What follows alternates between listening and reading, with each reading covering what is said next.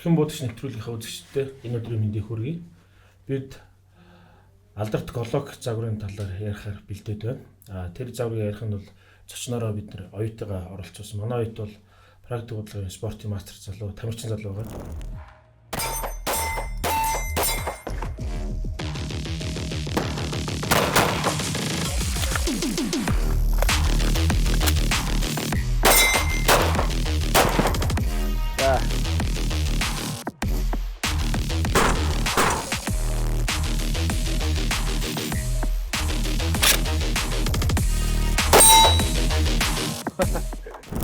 Энэ өдрийн мэнд.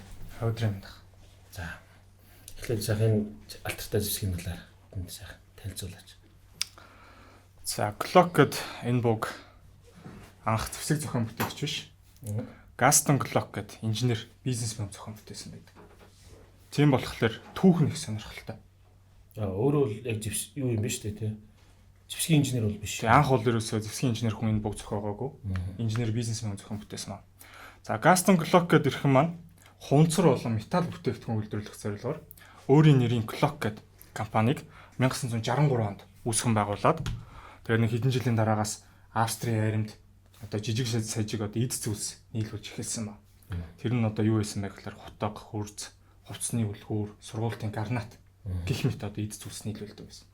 За тэр үед 1970 оны сүүлээр Австрийн айрам дэлхийн 2 дугаар дайнаас хойш зэвсгэлдээ ашиглаж ирсэн одоо энэхүү алдартай Германы Вальтер P38 гэдэг энэ гар буг зэвсгэлээс хасаад оронд нь 17 тусгай шалгуурыг хангасан шин зэвсэг сонгон шалгаруулах тийм тендер зарласан байна. За тэр тендерийг айрамдаа нийлүүлэлт хийдэг байсны хуваар Гастон Глок олж мэдсэн. За тэгээд тендерийг олж мэдчихэд зэвсэг одоо зохион бүтээх тал дээр урд өмнө одоо ямар нэгэн мэдлэг байхгүй хэрнээ тендерт оролцохоор шийдсэн байдаг. Зэвсэг зохион бүтээх шийдсэн. Яа тэгэхээр Гастон Глок гэдэг хүний маань хувь хүн өөрөө шинийг санаачлагч, бүтээлч, өөрийгөө сорих дуртай тийм ирхэн байсан ба. Одоо зөвхөн хэлсэн үгнээс нь бол шууд тэрийг мэдэж болдог. Гастон Глок хэлсэн алдартай үг байдаг. Хэрвээ чи төгс төгөлдөрт тэмүүлж байвал бүх сорилтыг хүлээж аваа гэж хэлсэн байдаг. On the way to perfection every challenge has to be accepted гэж хэлсэн одоо алдартай үг нөө. За тэгээд зэвсэг яг бүтээх тал дээр туршлага нэмгэн байсан учраас зэвсгийн мэрэгчлэтнүүдийг үйлдвэртээ цуглуулад тэндээс туршлага судлаад за өөрийнхөө бас туршлагыг нэмээд Гастон Глокийн хувьд хунцрыг шахаж нийлэг хатуу полимер материал гаргаж авах тал дээр туршлагатай байсан. За тэгээ 3 сарын дотор анхны ажилдаг нийлэг полимер ашигласан прототип буюу загвараа гаргасан байдаг. Тэгээ эхний загваруудаа бол дандаа зүүн гараараа туршиж үзэжсэн гэж. Энэ нь одоо баруун гар шиг ингээд энэ гараар буудах төвтэйхэн байлгах гэж үзэж байгаа гэсэн үг. Одоо ямар нэгэн байдлаар одоо дэлбэрэгч байд юм эрсдэл гарах юм бол зүүн гараад одоо золионд гаргаж байгаа гэсэн. Баруун гартаа үлдэх гэдэг шүү дээ. Магадгүй туршилт бүтлгүүтэж магадгүй тий. Анхны загвараа ерөөсөө маш хурдан хугацаанд хийсэн учраас. За тэгээ маш олон загварууд дээр ажиллаад, туршаад хийж үзсний үндсэн дээр хамгийн анхны Safe Action Striker Fired системтэй гарбуу болох пистолет 80 P80 гэж гарбууг 80 оны ихэр зохион бүтээсэн ба. Гастон Глокийн хамгийн ихний гарбуу бол пистолет 80. За тэгээ P80-ийн тухайд гэх юм бол уламжилт одоо ийм гарбуутай харьцуулах юм бол үйлдвэр өртөх хямд. За тэгээд энгийн хэрнээ найдвартай ажиллагаатай байсан. За дээрэс нь Австрийн армийн 17 тусгай шаардлагыг бүрэн хангаж ирсэн учраас тендерт одоо өрсөлдсөн бусад одоо үйлдвэрлэгчдийн гарбууг ялж гарч ирсэн байна. Тухайн үед тендерт Германы алдартай Heckler Koch, Америкийн Sig Sauer, Бельгийн Ипен, Италийн Brita бүгд ийм амар одоо том тэгээ үйлдвэрлэгчид өрсөлдснөөс хүмүүсийн одоо сайн мэдээд байдгүй одоо жижигхэн Glok гэдэг компани урд өмнө зэвсэг зохион бүтээж байгаагүй ирхэн хийсэн одоо пистолет 80 гэдэг гарбуу шалгарч гарч ирснээр Гастон Глок гэдэг ирхмийг хурдан хугацаанд нэр алдарт гаргахад нь бол нөлөөсөн гэж. За тэгээ 1982 оноос пистолет 80 маань Австрийн армийн зэвсгэлд албан ёсоор 25,000% нийлүүлэгдээд тэрний дараагаар Норвег болон Шведийн армийн зэвсгэлд орж ирсэн байдаг. За тэр үед пистолет 80-ын нэрийг солихоос аргагүй байсан. Яг тэгэхээр P серийн гарбуунууд гараад ирсэн. Одоо энэ Вальтерийн дараагийн загвар P88 танилцуулагдаад эхэлсэн байж.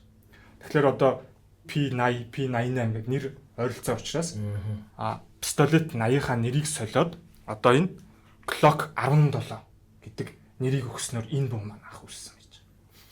Одоогор бол 17 гэдэг нэр гэдэг чинь тэр нь 17 шалгуурт тэнцэн гэдгээ шингээж орно тэр нэрэнд оруулж байгаа гэсэн. Тэгээ хүмүүс тэгж боддог л доо 17 шалгуурыг тусгай шалгуурыг хангацсан болохоор ингээд 17 гэдэг нэр өгчлөө гэж боддог. Эсвэл зарим нь бүр ингээд нөгөө 17 сумны магазинтай уучраас дайцтай уучраас ингээд 17 гэдэг нэр өгчлөө гэж боддог.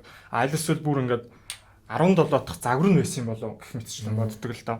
Гэхдээ энэ 17 гэдэг нэрний утга нь болохоор Gaston Glock маань өөрөө маш олон оюуны өмчийг патентыг эзэмшдэг байсан хүн ба.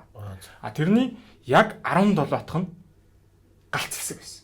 17 дахь одоо оюуны өмч нэрөөсөө галц хэсэг.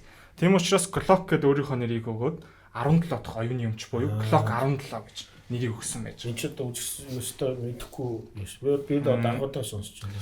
Тэр нөгөө нэг 17 шалгуур гэдэг талбар хэллээ шүү дээ. 17 тусгай шалгуур нь ч гэсэн айгүй их сонирхолтой. Яг тэгэхээр тэнд бол ингээд энгийн шалгуурууд бол байсан. Одоо хагас автомат галын гормоор бууддаг байх, 919 парабеллум сумаар бууддаг байх. За багтаа одоо 8 сум ордог дайцтай байх. За тэгээ баруун зүүн гараар хэрэглэхэд хялбар байх. Тусгай одоо багж ашиглахгүйгээр нэг юм жижиг юмар задлаад угсраад цэвэрлждэг байх гэх мэтчлэн бол ийм шалгуурууд байсан. Тусгай шалгуурууд нь юу байсан бэ гэхээр 2 метрийн өндрөөс гол төмөр сумтай цэнхтэй үед хатуу гадаргуу дээр унаахад гал алдахгүй байх ёстой гэж зааж өгсөн байдаг.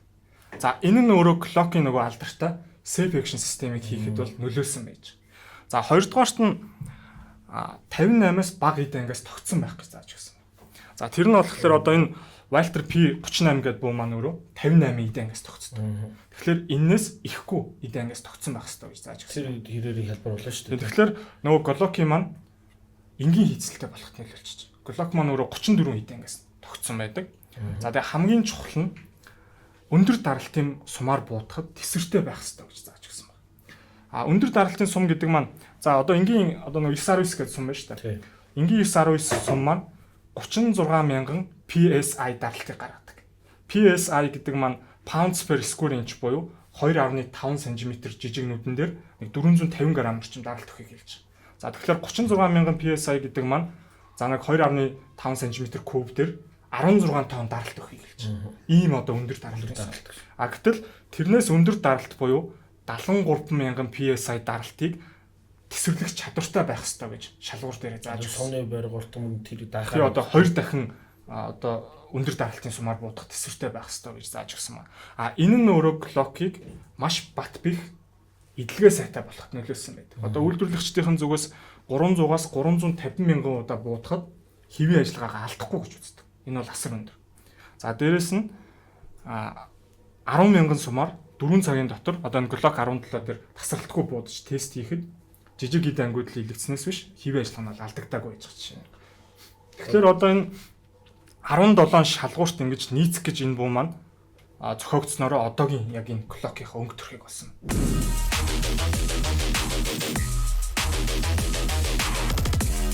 Glock системийн гар бууны туршилтаа хийхээр ханан гар буулгын талбай дээр практикуулын спортын мастер оюутан хамт ирсэн байна. За энэ гар бууны тухайд бид цэнхтэй одоо авч явахд бол хамгийн найдвартай аюулгүй буу. Гал алд одоо гохон дээр л даралт өгөхгүй бол хизээч одоо гал алдна гэж байхгүй.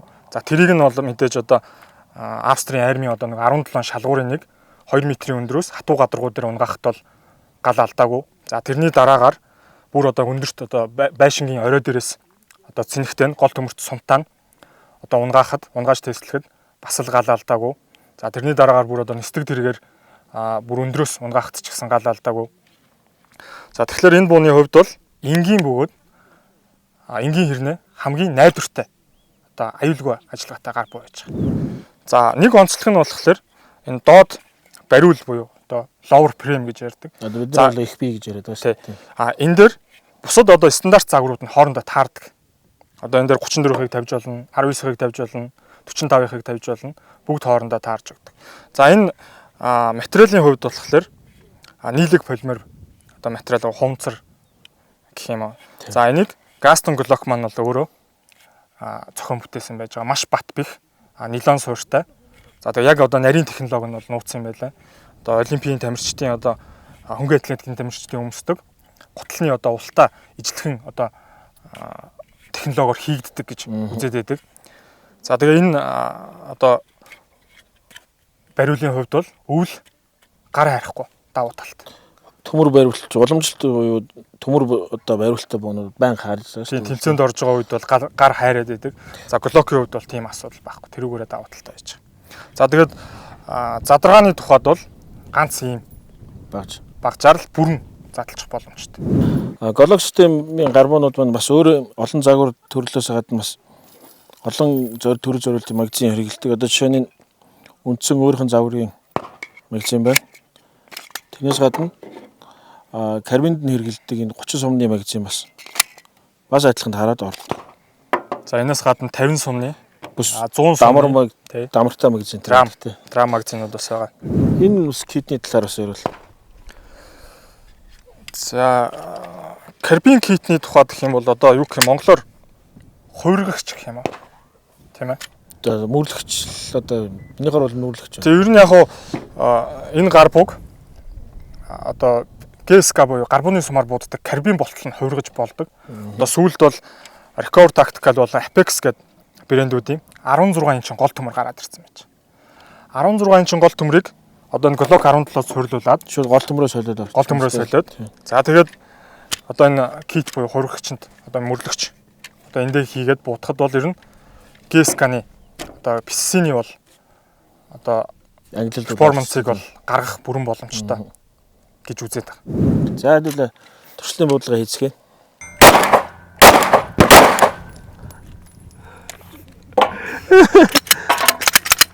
Юу ахгүй байна. Энэ чинь яг хурдтай буудах юм гэхдээ гарч нэг юу ахгүй. Нэг өөрөгшгөө биш орж ирэхгүй байна. Аа.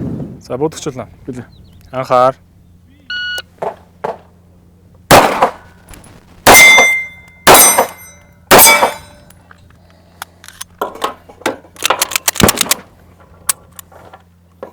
Буудагчлаа. Билээ. Анхаар.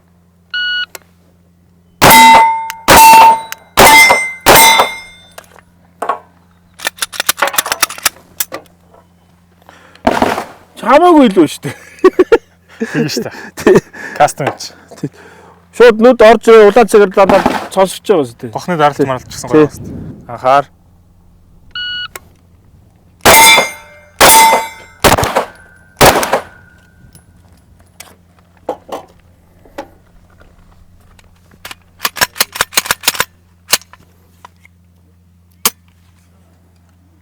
За, кит залгахаар яаж вэ?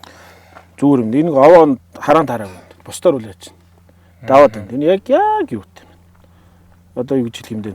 Хамаагүй гоё доктортой цэцтэй болох юм байна л да. Аа.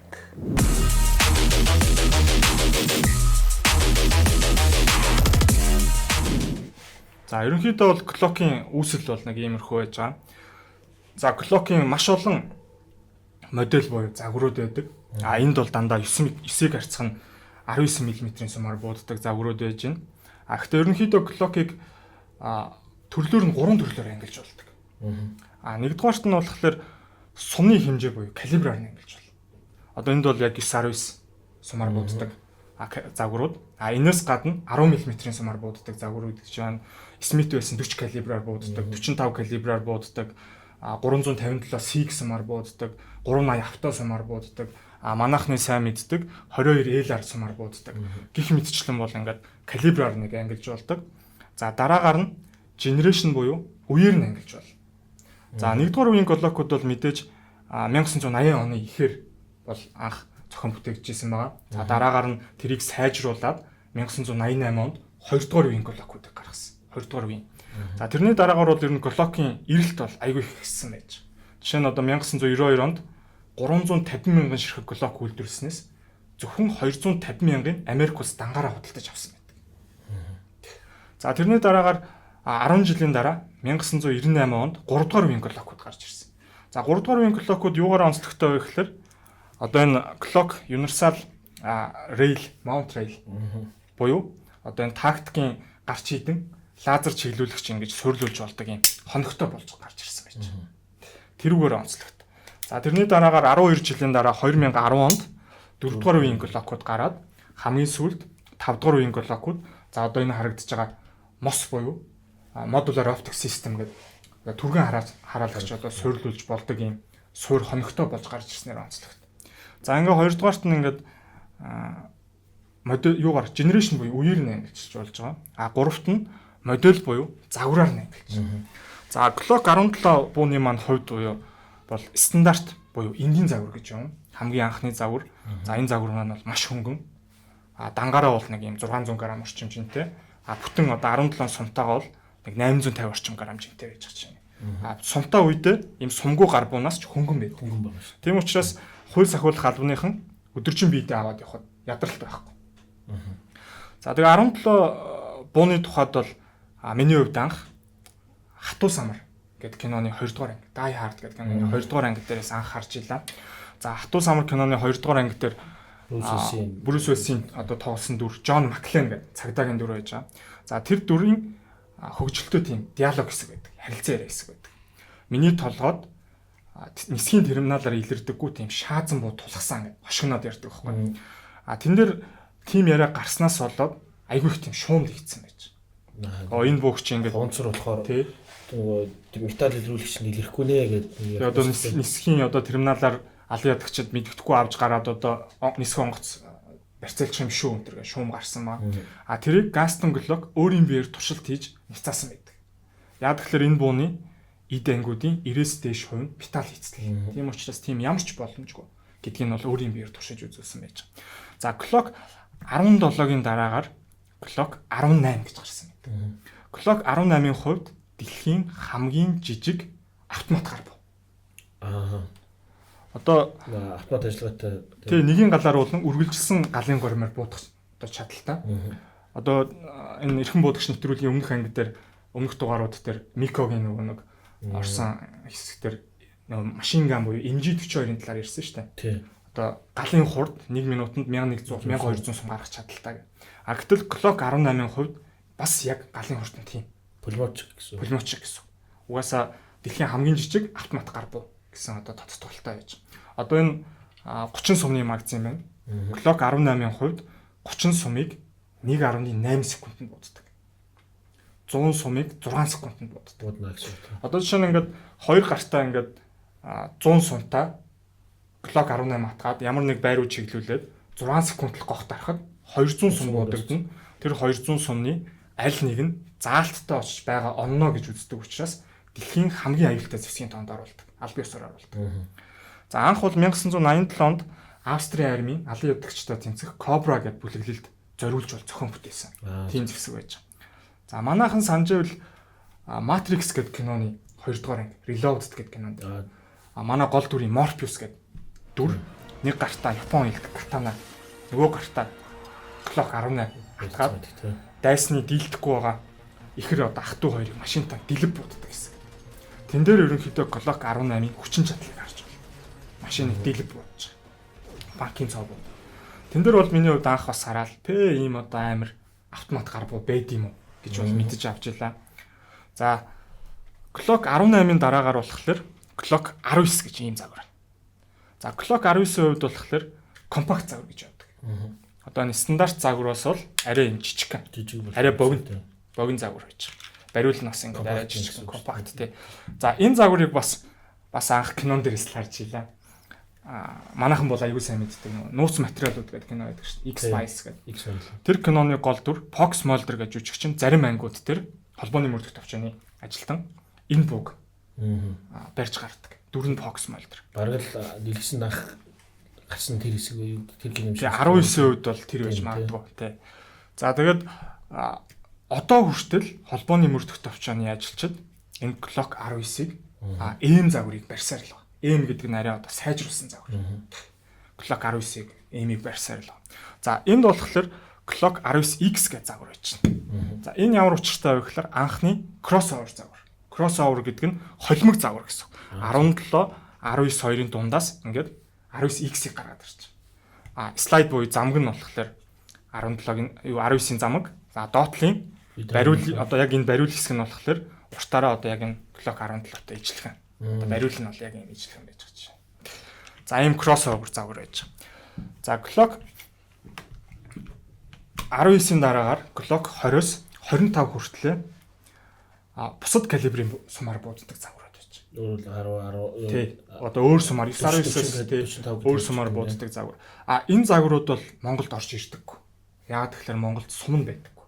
Тий, манай Монголд бол цөөхөн идэхэн сумтай л байгаа шүү дээ. тий гарбууны одоо ихвчлэн 9-ийг харьцан 19, 9-ийг харьцан 18 мм-ийн сумууд л орж ирж байна. За тэгээд тэр загваруудаар буудаж үзье гэвэл компьютер тоглоомн дээрээс модерн экшн шүүтинг төрлийн тоглоомнууд дээрээс буудаад үзэх боломжтой. Жишээ нь Counter Strike байна, Call of Duty-гийн цувралууд байна, Call of Duty Modern Warfare-ийн цувралууд, Battlefield-ийн цувралууд, Tom Clancy Ghost Recon-ийн цувралууд, Cheetah-гийн цувралууд гэх мэтчлэн одоо ийм компьютер тоглоомн дээрээс буудаад үзэх боломжтой. Ер нь яг одоо ингээд нэг загварын клокоор л буудаад үзчихэд бусад бүх одоо загвараар буудаад үтсэнтэй ялгаагүй гэж үздэг. Яагаад тэгэхээр хэмжээ дамжаа хэлбэр хийцэн л өөр болохоос биш ажиллах зарчмын хувьд бүгд ижлээ нэг одоо зарчимтай гэсэн. За clock энэ загварын хувьд бол clock 26 гэж загвар байж. За энэ clock 26 маань өөрөө sub compact буюу бүр компактаас жижиг гэсэн. Компактаас богино. Ийм загвар байж. Одоо 17-тай харьцуулаад харуулах юм бол одоо ийм жижигхэн загвар байж. За энэ clock 26-г манай Монголын рэпер Бэ Тамир нэг дуун дээр clock 26 юм уу хайшин өхөөрдөм гэж дуулсан байт. Clock 26 юм уу хайшин өхөөрдөм. Ягаад одоо ингээд алганд ингээд багтахаар ийм өхөөрдөмж. Угаасаа ийм өхөөрдөм жижигхэн буу байж. За энэ бүг гадныхан юу гэж өхөөрддөг вэ гэхээр baby clock гэж өхөөрдөг. Хүүхэд clock. Эсвэл бүр ингээд хүүхдийн clock ч гэж өхөөрддөг. Тэрнээс гадна socket gun буюу оймсны буу гэж нэрлэдэг. Оймсондоо игээд аваа явцсан ч болно. Эмэгтэйчүүд гар цүнхэндээ игээд аваа явцсан ч болно. Ирчүүд одоо кермалаад аваа явцсан ч болохоор ийм одоо яалтчгүй юм өхөөрдөм загвар байж ах жишээ. Магазинд нэг шийдэн сум арахгүй. Магазинд бол одоо энэ дэр нэг 10 сум. Гэхдээ яг хуу clock-ийн магазинуудыг бол extension буюу бүгд хоорондоо таарна. Яг хуу ингээд сунгаад одоо энэ загвар бол зөвхөн 27-д л таарна л да. Зүгээр ингээд extension гэдэг ингээд сумын ингээд ихээр ордог болоод ингээд сунгачч болдог байж. За 26 бол нэг юм байна. За энэний дараагаар clock 43 гэж загвар байж байна. За clock 43 гэдэг маань slimline загвар. Одоо энэ компактаас юм нэмгэн болоо явчихж байгаа. Жижигхэн мөртлөө нэмгэн загвар байж. За сумны хувьд болохоор single stack буюу нэг игнээ сум ордог. Тэгэхээр бол энэ цөөхөн сум байна. Энд бол 6 сум л орж жишээ нь. За ер нь яг хуу энэ clock-ыг одоо рэпрүүд их магтан дуулдаг. Одоо жишээ нь манай Монголын трапер Гинжин Yellow Django гэдэг дуун дээр My 9mm clock always with me that's my partner гэдэг дуулдаг. My 9mm Django always with me that's my partner. I'm leaving away. Тэр нь болохоор одоо би энэ миний буу маань бол миний хамтрагч юм а. Би бол байнга бийдээ аваад явдаг гэдэг. Тэгэхээр энэ 43 гэдэг загварыг өдөр тутамдаа everyday carry буюу EDC одоо далд бийдээ авч явахд бол тохиромжтой нэмгэн загвар байж. Одоо бийдээ ингээд дотор одоо мэддэхгүй аваад явахд бол тохиромжтой. Ер нь яг хуу Монголын рэпрүүдээс гадны рэпрүүд бол ойлгомжтой. Одоо Монголын рэпрүүд ингээд дуун дээр ингээд нэг бадаг оруулаад дуулж хахад гадны рэпрүүд бүр ингээд зориулаад дуу хийсэн байна. Одоо жишээ нь Bhutan Clan-ы The Clock гэдэг хөл бүтэн нэг дуу зөвхөн одоо энэ буунд зориулаад хийсэн байж байгаа жишээ нь. Could they report the Glock? Thought you had props with your gangster bop. Could they report the Glock?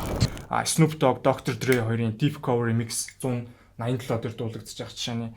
Tupac-ын дуунууд дээр бас дуулагддаг. Hit 'em Up дээр дуулагддаг. За тэгээд ер нь бол одоо Америкийн өвжи буюу оригинал гангструудын сүлд буу гэж хэлчихэд хэлсдэхгүй.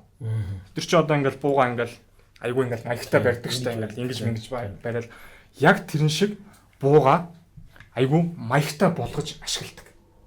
Одоо ингээд өөрийнхөө хэв маяг тохируулаад, тоноглоод, засаад, загварлаг болгоод, донж одоо нэмээд, чамин болгоод тэгж ашигладаг. Яг тэгэхээр энэ clock гэдэг буу маань өөрөө дэлхийн хамгийн их тоног үйлдвэрлэгдсэн одоо хамгийн их одоо урлаг болтол тоноглож болдог тийм буу байж.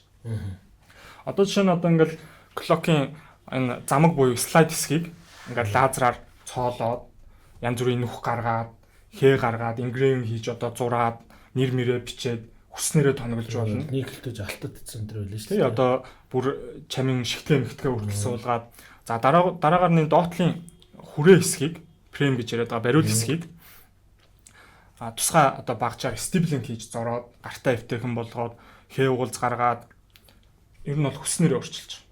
За тэгээд дээрэс нь одоо энэ дэр aftermarket custom part-ууд гэж байгаа. Хүснээрээ одоо яг яаж л өөрчлөлмөр байна тэр болгоноор тоноглоод одоо өөрийн дуртай бууга бүтээх боломжтой. Загвараа бүтээх боломжтой. За яг тийм одоо aftermarket custom хийдэг компаниуд байдаг.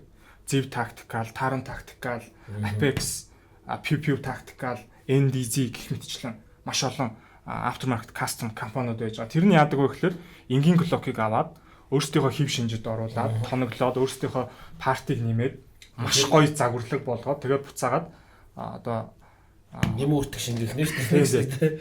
Одоо зах зээл буцаагаад нийлүүлж авах жишээ нь. Хүмүүсийн бас одоо нэг захиалгаар бууг нь бас гоё болгож өгдөг байж байгаа. За яг энэ загварын тухайд гэх юм бол Clock 34 буюу competition тэмцээний загвар байж. Гэргийн спорт гэсэн үг. Тэгээ одоо яг ингээд спортод зориулаад ингээд тоноглолцсон байж байгаа чинь. Энд дээр бол одоо ингээд яг тийм гоё чамин болгоогүй. Гэхдээ перформанс үзүүлэлтийн хувьд бол маш одоо сайн болгож тоноглож өгсөн байж байгаа. Одоо энэ доторх пүрш байна. За энэ дугаа гох байна. Тим нэгийн гох. За энэ дээр хоолой саны түргээ хараалж тавьсан байна. За доторх одоо эд ангиудыг бол нэлээд өөрчилсөн байж байгаа. За тэгээ энэ дээр яг миний дуртай одоо энэ Taran Tactical-ын Kerry Magwell байж байна. Одоо энэ вид тийм үстэй тий. Одоо энэ Taran Tactical-ын одоо энэ base pad extension байж байна. За одоо энэ болохоор 17 суман дээр яг энийг одоо сумны стандарт магазин дээр энийг нэмж өгснөөр 5 сум илүү орох боломжтой болж байна. 23 орчим сум энд орно гэсэн. За тэгээ энэ дээр бол яг ингээд нэг чам болгоод Naruto-гийн Konoha тусахны эмблемийг бол ингээд хөрхөө үсдэг аниманаас бол нэмж өгсөн байж байгаа. За яг энэ slide release буюу одоо энэ замаг урагш нь одоо согч одоо энэ түгжийг яг ямар брэндийнх нь бол мартчихчих. Эхний нэг гар твтэх юм болох нь ч жоохон хатуу байдаг шүү дээ. Энэ тийм буулгах чинь. Яг нэг гараараа баруун зүүн гараараа болох нь шүү дээ. Яг угаасаа ингээд баруун зүүн тавтаа байдаг л да. Энийг нөгөө буудаж авах үед яг энгийн үед яг ийм slide stop-та үед гараараа түлхээ түгжчихэд идэг. Замгаа түгжчихэд идэг. Тийм учраас ингэж дээш нь ингэж дээшээ гарах чинь тийм. Тэмцээнд бол одоо ямар нэгэн алдаа гарахгүй тулд энийг сайжруулж өгсөн байж байгаа. За энэ бууг залуучууд их сайн мэдчихэж магадгүй. Яа тэгэхээр энэ буу маань өөрөө John Wick киноны 3 анги дээр гурван дээр нь гардаг. John Wick-ийг Continental яваад очиход Taran Tactical брендийн Combat Master гэдэг Clock 34-ыг танилцуулаад өөртөө өгдөг байхгүй. Тэрнээс хойш 3 анги дээр гурван дээр байна. За тэр Taran Tactical-ийн John Wick-ийн эмблем одоо энэ гэж байгаа. Breed of Austrians. Glock 34 and 26 toward grips. Flared magwell for easier reloads, and I know you'll appreciate the custom porting.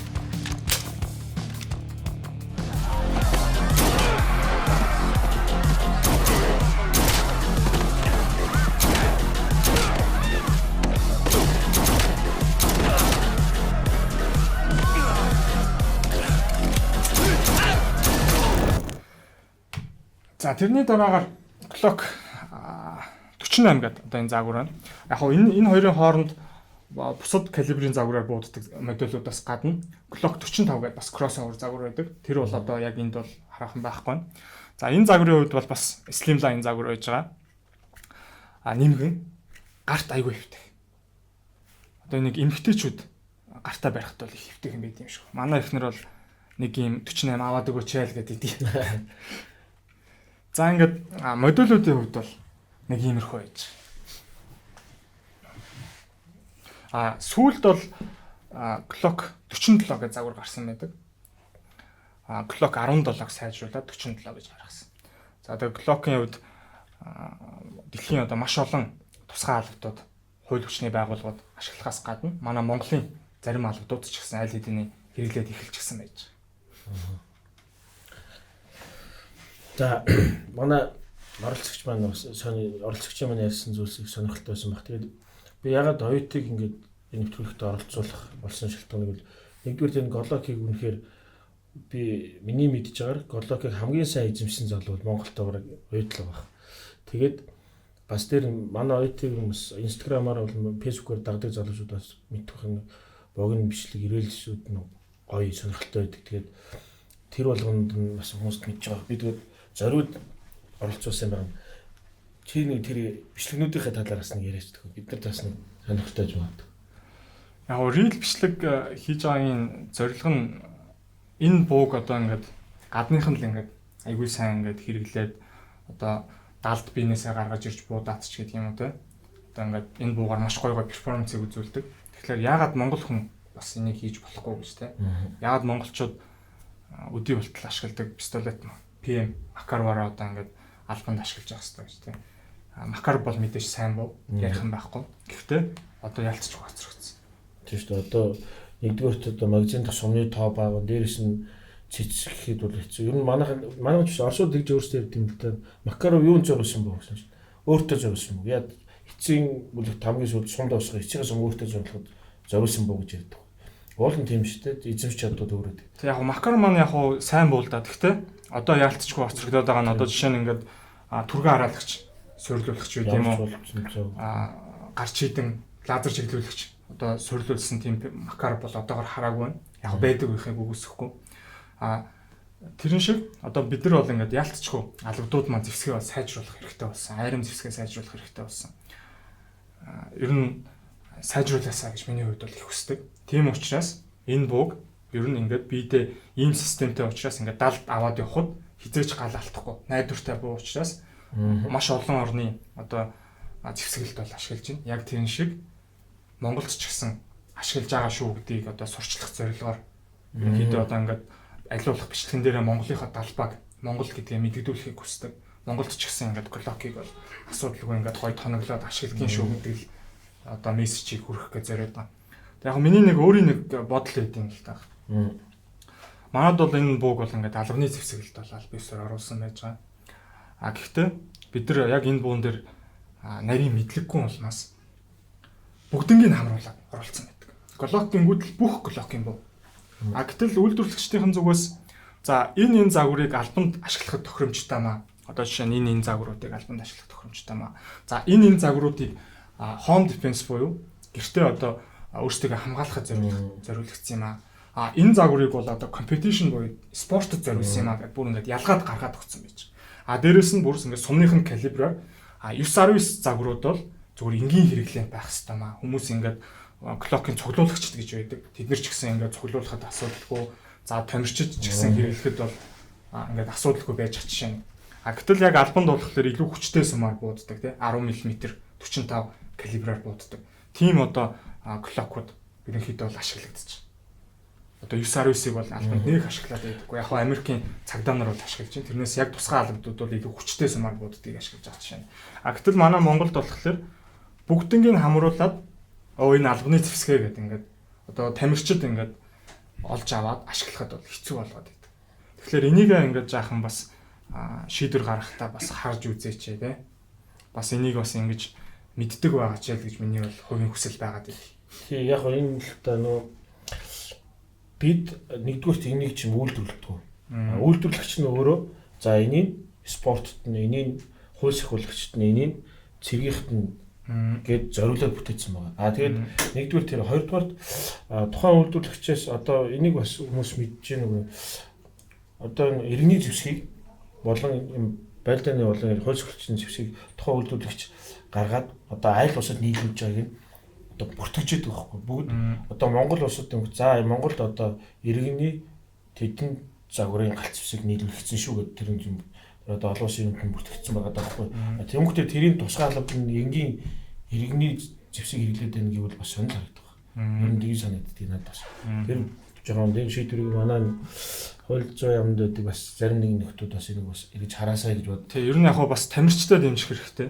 Энэ манай Монголд одоо динамик шутинг спорт бол нэлээд хөгжөөд явж байна тийм ээ. Тэгэхээр энэ тамирчтай дэмжиж байна гэдэг чинь одоо энэ спортоо маш сайн дэмжиж байна гэсэн үг. Спорт хөгжснөөр Монгол улсын одоо батлан хамгаалах, сөрөг дэвсгэрлэх чадварт нэмэртэй. За дээрэс нь одоо буутаа аюулгүй зүг зохистой харьцах. одоо мэдлэгийг хүмүүс олж авч байна. За тэрнээс гадна албадууд өөрсдөө одоо энэ динамик шүтийн спортоор ерөнхийдөө хичээллээд байнгын бэлтгэлжилт болон ур чадвар нь хувийнх нь ур чадварууд нь бас давхар өсөд явж байгаа. Одоо байнгын л одоо албадуудын хооронд тэмцээн одоо уралдаан болж байна. Тэгэхээр энэ бүхний үндэс нь ерөөсөө тамирчтай бас давхар дэмжигтэй бас их холбоотой бол. Тэгэхээр одоо тамирчид анклок гэдэг бууг одоо тэмцээн одоо уралдаанд ашиглая гэдэг одоо шинээр болоод авъя гэхэлэр ерөнхийдөө айгүй тооцоололтой болчиход байна. Тэгэхээр энийг бас ингэж харж үзээсэй л гэж одоо шийдвэр гаргахтаа бол энийг одоо тэмцээний загваруудын тэмцээнд нь одоо асуудалгүй ашиглуулж байгаа ч гэж миний хувийн бодол бол байгаа гэдэг шүү. Тийм галзуурын тухай хуулийн дээр бол энэ чинь бол нийлдэхтэй юм байна шүү дээ. Доошо тэр яг нэг хэрэгжүүлэх шатны хүмүүс нь л жоохон ийм болгочод байгаа байхгүй. Тэр энийг бас харж үзгүй л гэж бодож байна. Тэр сайхан ярилцлага болж байна. Анх ч одоо Airsoft явж явах шиг үс тээ. Тийм би одоо манай Арслан гэдэг залуу байдаг. Арслангийн одоо Prime гэдэг хийн бодлогын клубээс бол ганх гараа эхэлжсэн. За тэрний дараагаар санамсаргүй байдлаар хамгаалтын бодлогын холбоо гэж холбоо дээр очиж шалгалт өгж тэнцээд яг тухайн үед бол ерөөсөө галц хэсгээр ганц ч удаа буудалт хийж үзэж байгаагүй байж хаад шалгалтын нөгөөд sharp shooter гэдэг ангиллалтанд тэнцээд тэгээд анх галц хэсэг рүү бол орж ирж исэн. Тэрний дараагаар төв бодлогын клуб одоо практик бодлогын төв одоо галц хэсгийн бодлогон дээр ирэхээ нээлгэж аваад тэгээд сүүлд бол одоо 3 бүний холбооны гишүүн болоод ингээд тэмцээн уралдаанд ороод явж байна. Анх чи оюутыг ерөөсөө анх тэр Airsoft-ийн тэмцээнүүд дээр нэг залуу байнга төрүүлж ийн гэж ярьжсэн. Тэгээд нэг тэр хамгаалтын бодлого дээр тэмцээн болсон чинь шууд алтын авал ерөөсөө гинт бүүн болсон. Нэг залуу ороод ирлээ залуу бодогч нэг бүгд гайхал асуулаараа байсан. Одоо энэ чиглэлээр ямар нэгэн одоо бодлогоосаа гадна төрийн албанд тэгээд ажиллаж байна уу? Би яг бас хуваарь бизнес эрхэлдэг. Гэхдээ сүүлд бол шүүгэн шийдвэр гүйцэтгэх ерөнхий газарт бол хариалагдаад тэмцээнүүдэнд одоо албанаас оролцоод явж байна. За ер нь сайхан нэвтрүүлэг боллоо гэж бодож байна. Тэгээд та бүхэнд манай нэвтрүүлгийг анхаарал үзсэн гялалаа. За нэвтрүүлэгтээ урьж орсонд баярлалаа. За цаашдын спортод өндөр амжилт хүсье. За баярлалаа. Танд ч гэсэн. Тэр нэг юм уу яах юм? Нэг юм уу тэр нөгөөдгөр нь хийчих гэж бодож байна уу? Явчих юм. Тэгэр аваад ирчих. За цог хэлээд ингэ явах юм. Цог хэлээ хамгийн сүүлд нь эрхэм бодож гэдэг дээр ингэ л тосгоо. За тий. Монгол улсыг зэвсэгтэй монголчууд хамгаалсаар ирсэн. Одоо ч хамгаалж байна. Ирээдүйд ч хамгаалсаар байна. Эрхэм бодож.